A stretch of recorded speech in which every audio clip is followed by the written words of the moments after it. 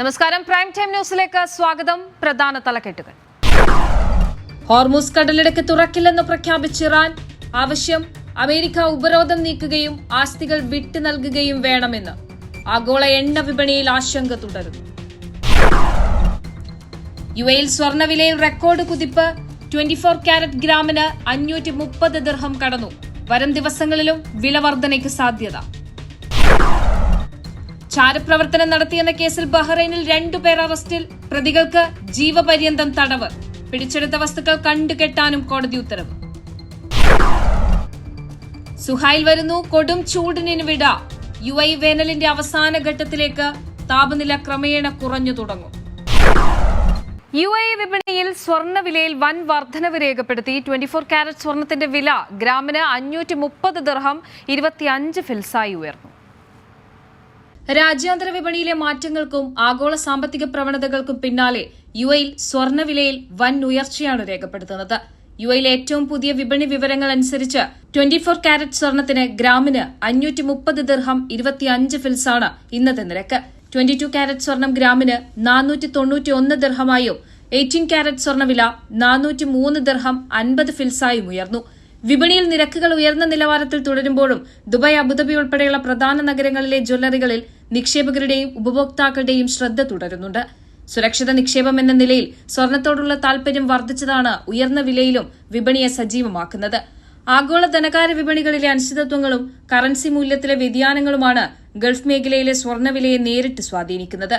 വിദേശ മലയാളി സമൂഹവും യുഎയിലെ പ്രവാസികളും പ്രതിദിനം ആഗോള വിപണിയിലെ മാറ്റങ്ങൾ തത്സമയം ആഭ്യന്തര വിപണിയിൽ പ്രതിഫലിപ്പിക്കുന്നതിനാൽ വരും ദിവസങ്ങളിലും വിലയിൽ സമാനമായ മാറ്റങ്ങൾ ഉണ്ടാകുമെന്ന് സാമ്പത്തിക വിദഗ്ധർ വ്യക്തമാക്കി. NTV, Abu Dhabi. ഇറാനും യുഎസും തമ്മിലുള്ള സൈനിക പിരിമുറുക്കത്തിന് അയവ് വരാത്ത സാഹചര്യത്തിൽ ഹോർമുസ് കടലിടുക്കിലൂടെയുള്ള കപ്പൽ ഗതാഗതം ഉടനടി പുനഃസ്ഥാപിക്കാനാവില്ലെന്ന് ഇറാൻ വ്യക്തമാക്കി. ഹോർമുസ് കടലിടുക്കിലെ കപ്പൽ ഗതാഗതത്തിന് പുതിയ സുരക്ഷാ മാനദണ്ഡങ്ങൾ രൂപീകരിക്കുന്നതിനായി ഒമാന്റെ മധ്യസ്ഥതയിൽ ചർച്ചകൾ അന്തിമഘട്ടത്തിലാണ്. മരവിപ്പിച്ച് ഇറാനിയൻ ആസ്തികൾ വിട്ടുകിടക്കുകയും ഉപരോധവും സൈനിക ഭീഷണികളും യുഎസ് പൂർണ്ണമായും അവസാനിപ്പിക്കുകയും ചെയ്യാതെ തന്ത്രപ്രധാനമായ ഈ ജലപാത തുറക്കില്ലെന്നാണ് ടെഹ്റാന്റെ നിലപാട്. ഹോർമുസ് കടലിടുക്കിലെ കപ്പൽ ഗതാഗതത്തിന് പുതിയ സുരക്ഷാ മാനദണ്ഡങ്ങൾ രൂപീകരിക്കുന്നതിനായി ഒമാന്റെ മധ്യസ്ഥതയിൽ ചർച്ചകൾ അന്തിമഘട്ടത്തിലാണ്.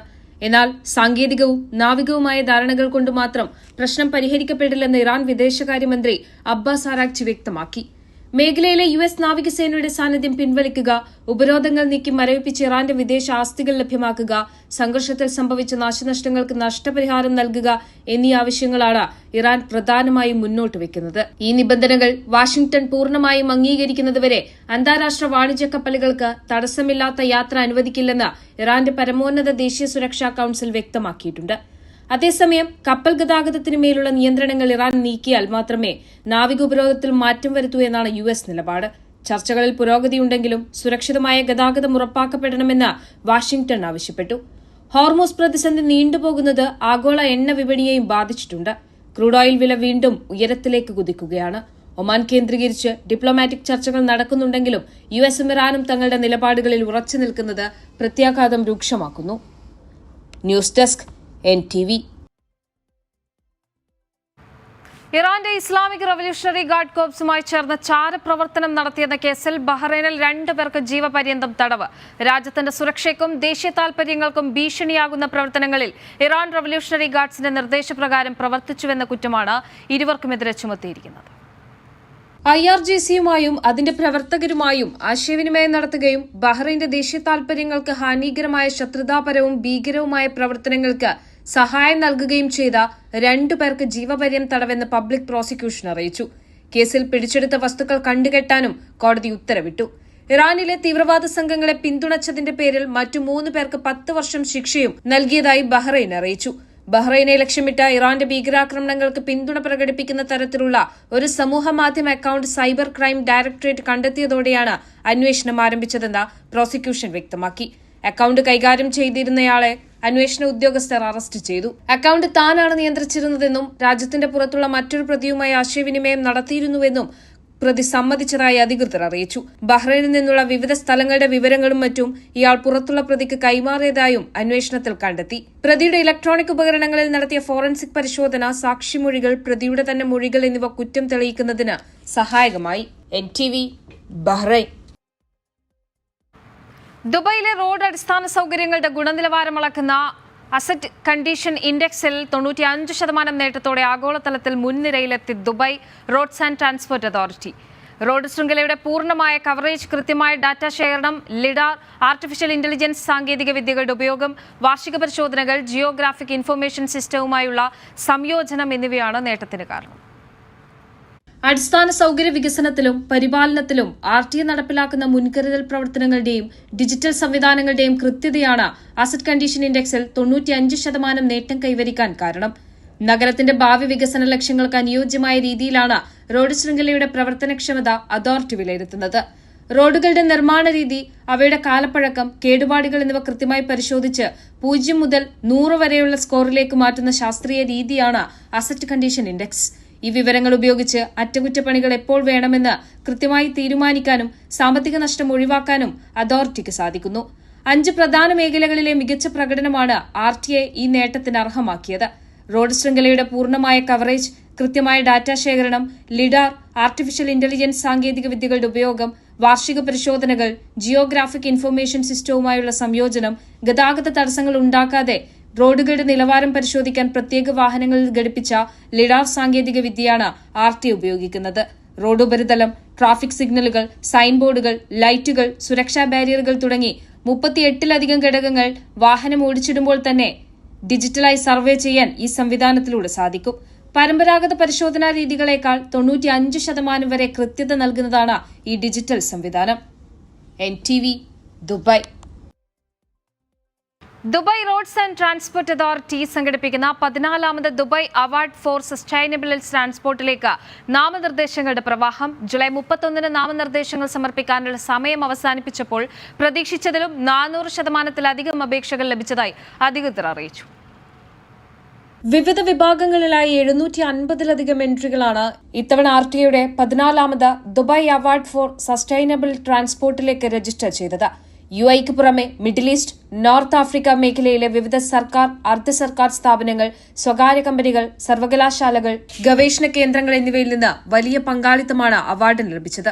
സുസ്ഥിര ഗതാഗത മേഖലയിലെ മികച്ച മാതൃകകളെ പ്രോത്സാഹിപ്പിക്കുന്നതിൽ ഈ പുരസ്കാരത്തിനുള്ള പ്രാധാന്യമാണ് അപേക്ഷകരുടെ വർധനവ് കാണിക്കുന്നതെന്ന് RTA strategy and corporate governance sector CEOയും അവാർഡ് ഓർഗനൈസിംഗ് കമ്മിറ്റി ചെയർപേഴ്സണുമായ മൂന അൽ ഉസൈമി പറഞ്ഞത്.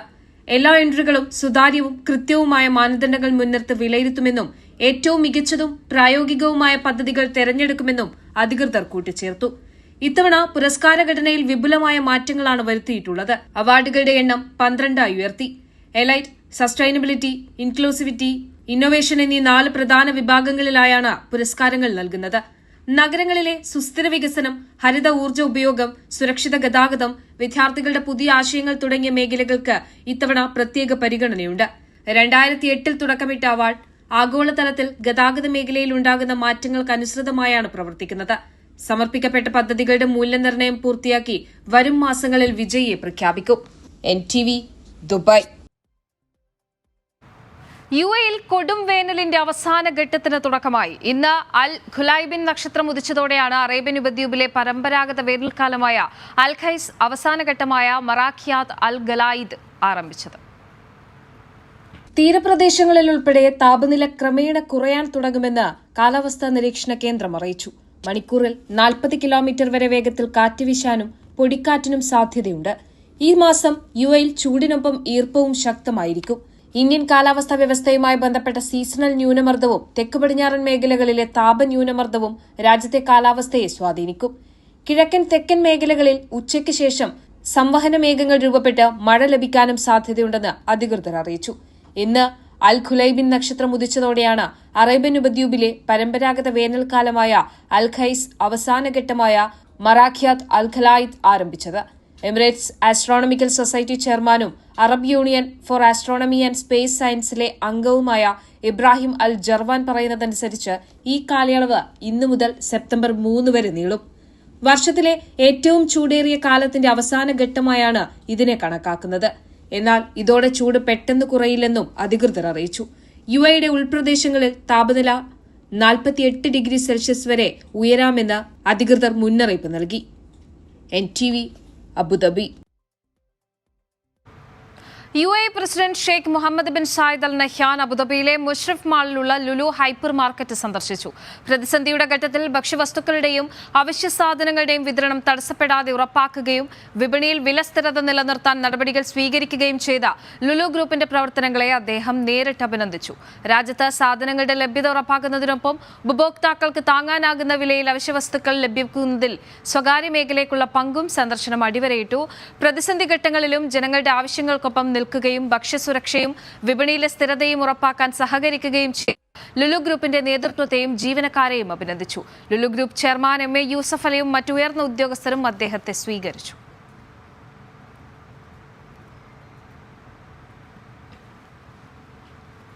കാലാവസ്ഥാ റിപ്പോർട്ട്.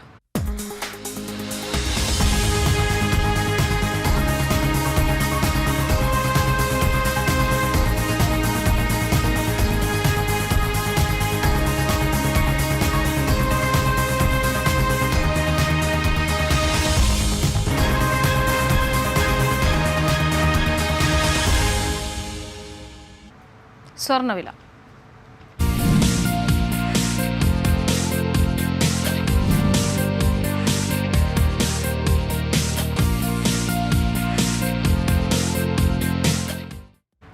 വിനിമയ നിരക്ക്.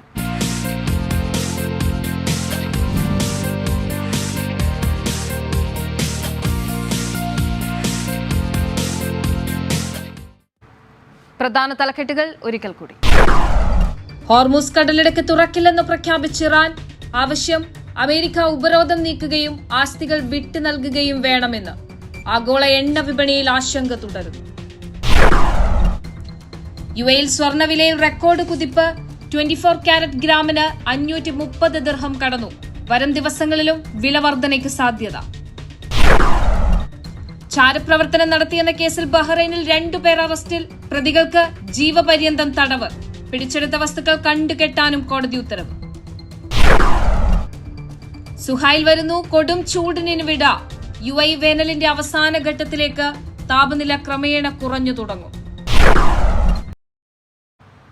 പ്രൈം ടൈം ന്യൂസ് പൂർണ്ണമാകുന്നു. നമസ്കാരം.